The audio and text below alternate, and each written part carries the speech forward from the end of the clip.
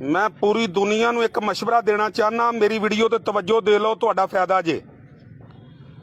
ये उन्हां बंदियां वास्ते वीडियो बना रहे हैं जिन्हां दे पुत्तर जवान ने, जिहड़े शाम नूं घरे लेट आंदे ने।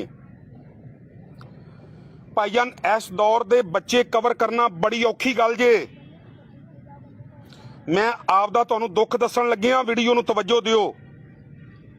मेरे दो पुत्तर ने, दो।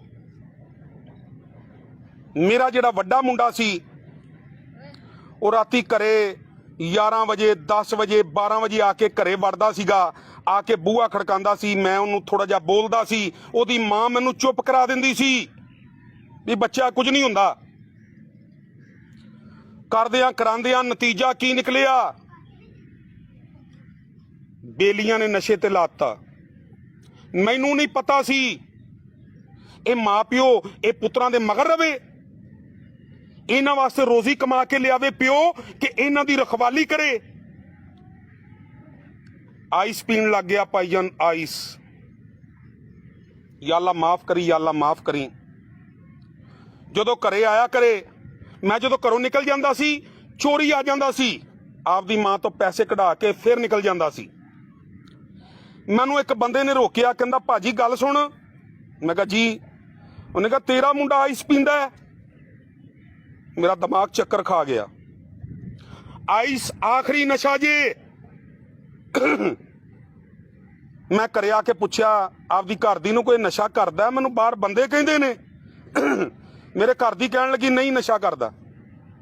बाकी मावां नूं पता हुंदा चोरी करदियां ने, पता हुंदा इन्हां नूं।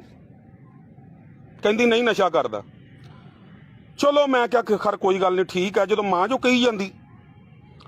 मैं एक दिन शामी घरे गया तो मैनू मेरी घर दी ने रोटी नहीं दिती, पानी नहीं दिता, रोन लग गई। मैं क्या की गल है? कहंदी अज मुंडे दी जेब चो टीका निकलिया ते ये आइस पींदा है।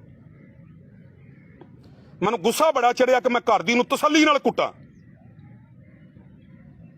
मैं कहा तैनूं पता भी सी, मैं तैनूं पुछया भी सी, तू गारंटियां क्यों दित्तियां?